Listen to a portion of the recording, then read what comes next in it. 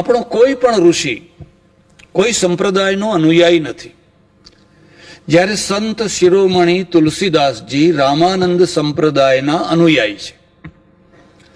આ 2000 વર્ષમાં ઘણું પરિવર્તન થયું અને ઘણા પરિવર્તનમાં એક પરિવર્તન એ થયું કે આપણા ત્યાં ઘણા નવા સંપ્રદાયો થયા અને સંપ્રદાયોમાં રામાનંદ સ્વામીનો રામાનંદી સંપ્રદાય એક બહુ મહત્વનો અને આજે પણ એની વિશેષ મહત્તા છે એવો એક સંપ્રદાય થયો. રામાનંદ સ્વામી શું છે અને બીજા આચાર્યોની તુલનામાં એમનો શું ફરક છે એ કદાચ ઘણાને ખબર નહીં હોય. પણ એ ખબર આપતા પહેલા હું તમને થોડો એક વળાંક આપીશ. આખા હિન્દુઇઝમ એટલે હિન્દુ ધર્મમાં, સનાતન ધર્મમાં 5 મોટા પીરિયડ આવેલા છે. 5 અથવા 6 મોટા પીરિયડ આવેલા છે. જો આ પીરિયડને તમે સારી રીતે સમજી શકો તો તમે આજની પરિસ્થિતિને વધારે સ્પષ્ટ રીતે સમજી શકો.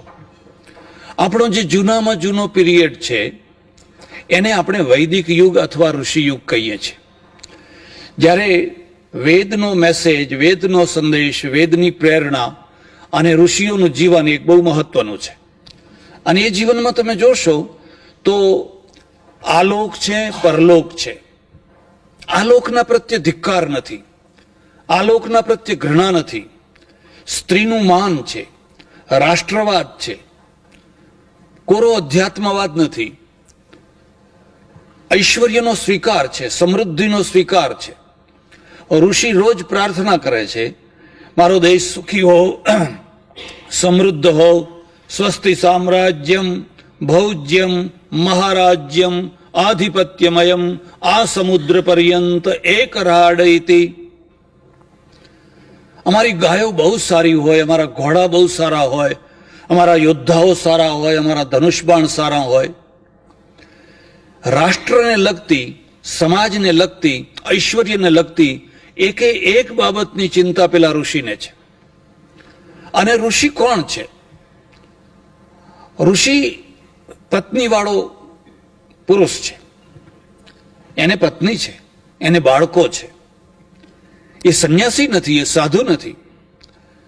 કોઈ નદીના કિનારે એ પોતાનું ગુરુકુલ બનાવે છે અને ગુરુકુલ બનાવતી વખતે કોઈની પાસે લાંબો હાથ નથી કરતો. જેને પણ સ્વતંત્ર વિચારો રાખવા હોય, સ્વતંત્ર કલમ ચલાવવી હોય, સ્વતંત્ર એક નિશ્ચિત સિદ્ધાંતપૂર્વકનું જીવન જીવવું હોય, એના માટે અનિવાર્ય શરત છે કે કોઈનો ભિખારી ના બને. જો એ કોઈનો ભિખારી થશે, કોઈનો યાચક થશે, તો પૈસો આપનારો જે વર્ગ છે કે વ્યક્તિ છે એ એના ઉપર સવાર થઈ જશે.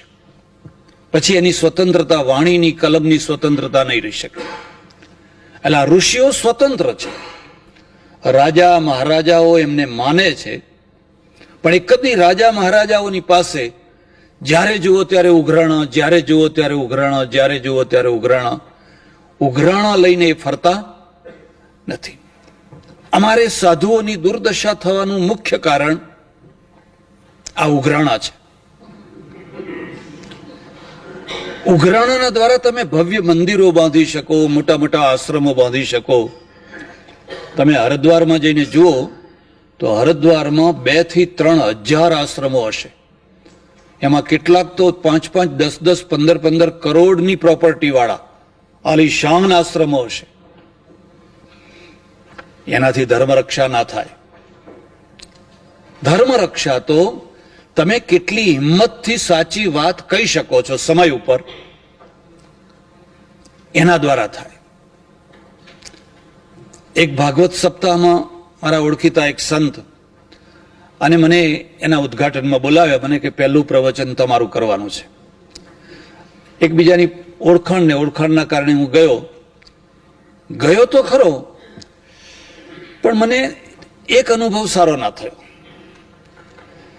આગળ છે ને બધા ફર્સ્ટ ક્લાસ વાળા બેઠે, ગાદી, તકિયા, પછી સેકન્ડ ક્લાસ, એમાં ખાલી ગાદલા, તકિયા નહીં. પછી થર્ડ ક્લાસ, એમાં ખાલી જાજમ, ગાદલા નહીં ને તકિયા નહીં. અને એના પછી લોઅર ક્લાસ ધૂળમાં બેઠેલો.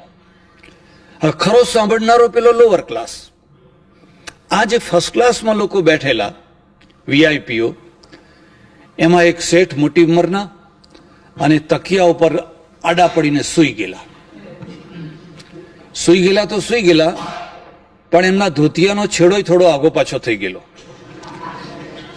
એટલે મેં મારી બાજુમાં પેલા મહારાજ બેઠેલા, એમને મેં કહ્યું પેલા શેઠને જગાડો. તમે મને પ્રવચન કરવાનું કહો છો, પણ મારી નજર ત્યાં જાય છે અને ઊંઘની અસર મારા ઉપર થાય છે, વક્તા ઉપર શ્રોતાની અસર થાય. મને કે તમે એવી તરફ જોશો જ નહીં ને, તમે તારે આમ જોઈને બોલો ને. એમ કે મેં કોઈ ન જોવાનું કહ્યું એટલે જ હવે વધારે જોવાનું મન થશે. નકાર એ બહુ મોટો હકાર હોય છે. તમે એમને જગાડો. 2-3 વાર કહ્યું, પણ મને કે તમે સમજતા નથી. કેમ? એ આપણી દૂધણી ભેંસ છે. એમ કે મેં કહ્યું દૂધણી ભેંસ એટલે કે આ જે 7 દિવસની સપ્તાહ ચાલવાની, એમાં જેટલા ચોખા આપણને જોઈશે એ બધા ચોખા એમની મિલમાંથી આવવાના છે. એટલે ઊંઘે તોય ભલે, જાગે તોય ભલે, સાંભળે તોય ભલે, ના સાંભળે તોય ભલે, એને સાંભળવા સાથે કઈ લેવા જ દેવા નથી. પવાલી ભરીને દૂધ આપે એટલે બસ થઈ ગયું. મારા મનમાં એટલો આઘાત લાગ્યો. હવે બોર્ડ ઉપર લખેલું કે મહારાજની 171મી કથા ચાલી રહી છે. અત્યારે તો 250 ઉપર ગઈ હશે. 171મી ચાલી રહી છે. આવી કથાઓ 250 નહીં 1000 ઉપર થાય, એનાથી કોઈ પ્રજા ઉપર અસર થવાની, કારણ કે અમે તો દૂધણી ભેંસો ખોડીએ છીએ, શ્રોતાઓ નથી ખોડતા. પણ પછી આરતી કરવાની થઈ, એમને જગાડ્યા, ત્યારે મઢ જાગ્યા, એ ધોતિયાનો છેડો ખોસતા ખોસતા આવીને આરતી કરવા લાગ્યા. એટલે ઋષિ છે, એ ઋષિની આ ખાસિયત છે. તમારું જે ચિંતન મનન સ્વતંત્ર હોય, તમારે સ્વતંત્ર વિચારો હોય, તમે કોઈ સ્વતંત્ર પ્રસ્થાપના કરવા માંગતા હોવ, તો તમે ઉઘરાણા ના કરો.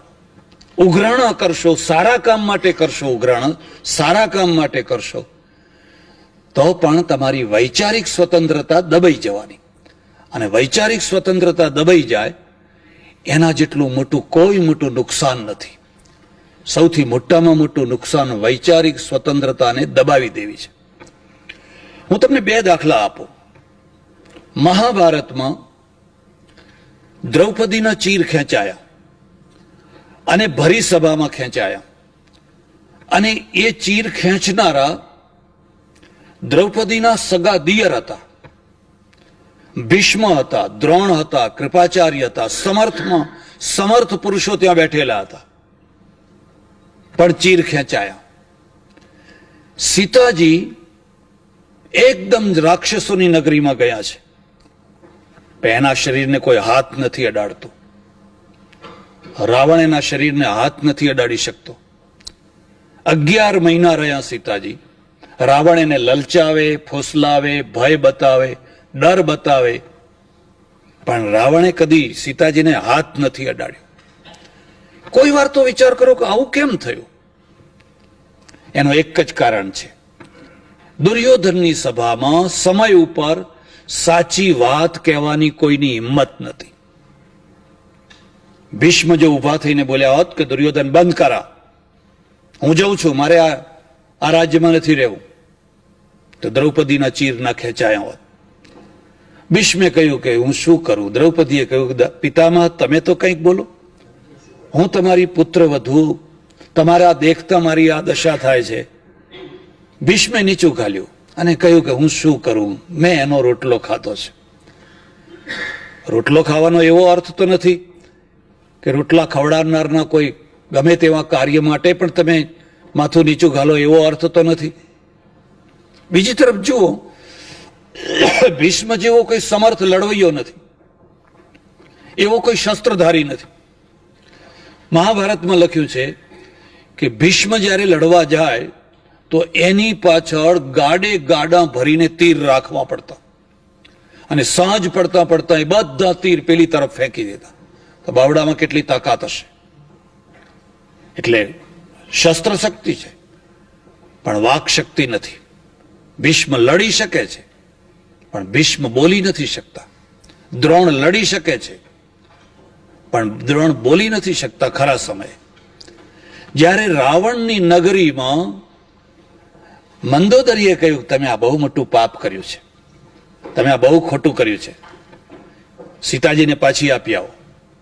વિભીષણે કહ્યું, મારીચીએ કહ્યું, કુંભકર્ણે કહ્યું. રાવણે તે સારું કર્યું છે એવું કહેનાર એકે માણસ ના મળ્યો.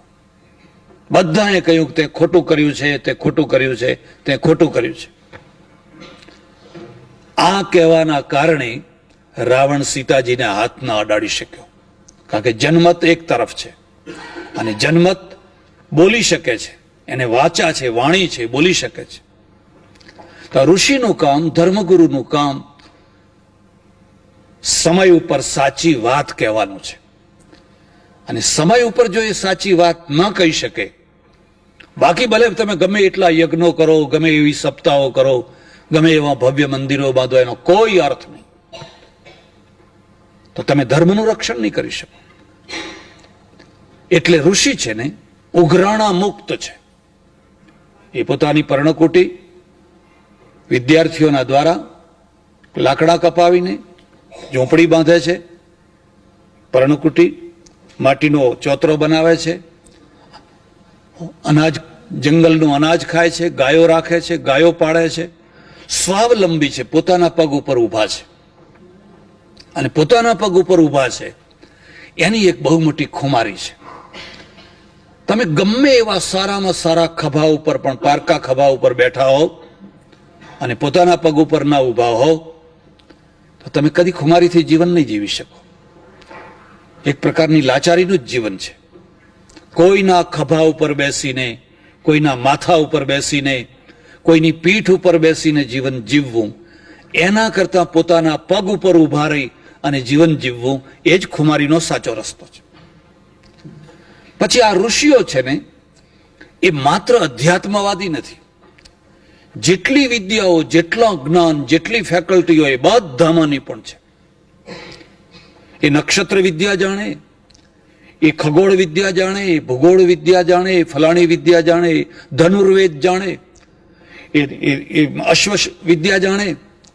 એથી વધારે તમને કહું, કામશાસ્ત્રના રચનારા પણ ઋષિ જ છે. વાત્સ્યાયન છે એ કામશાસ્ત્રનું રચના પણ એ પણ, અને એમાં પણ લખ્યું છે લોકોના કલ્યાણ માટે, લોકોને બહેકાવવા માટે નહીં, લોકોના પતન માટે નહીં, પણ એના દ્વારા પણ લોકોનું કલ્યાણ થાય એટલા માટે. અને શા માટે એવું રચ્યું? કારણ કે આખો ઋષિ પીરિયડ 4 લક્ષ્યો માટે, 4 ઉદ્દેશ્યો માટે છે: ધર્મ, અર્થ, કામ અને મોક્ષ. એમાં કામ છે અને અર્થ પણ છે. અર્થ એટલે પૈસો. આ 4 હેતુઓ માટે છે. પાછળથી જે શ્રમણ યુગ આવ્યો, શ્રમણ પીરિયડ આવ્યો, એમાં અર્થ અને કામને પાપ ને પાપ માનવામાં આવ્યું. પૈસો પાપ છે, કામ પાપ છે. આ બેયને છોડો. અને આ બેયને જે છોડે એ મહાપુરુષ. આ બેયને છોડવા માટે, અર્થને છોડવા માટે ઘર છોડવાનું, દુકાન છોડવાની, ધંધો છોડવાનો, રાજપાટ છોડવાનું, તમે મહાન થઈ જાઓ. કામને છોડવા માટે પત્નીને છોડવાની, પત્નીનો ત્યાગ કરો. બુદ્ધે ત્યાગ કર્યો, મહાવીરે ત્યાગ કર્યો, કેટલા લોકોએ ત્યાગ કર્યો. અમારા એક સંત થયા, લગ્ન કરતા કરતા સમય વર્તે સાવધાન, રામદાસ સ્વામી, અને ત્યાંથી જ ભાગ્યા. મહાન થઈ ગયા, એમાં કોઈ શંકા નહીં. આ બધા મહાન થયા.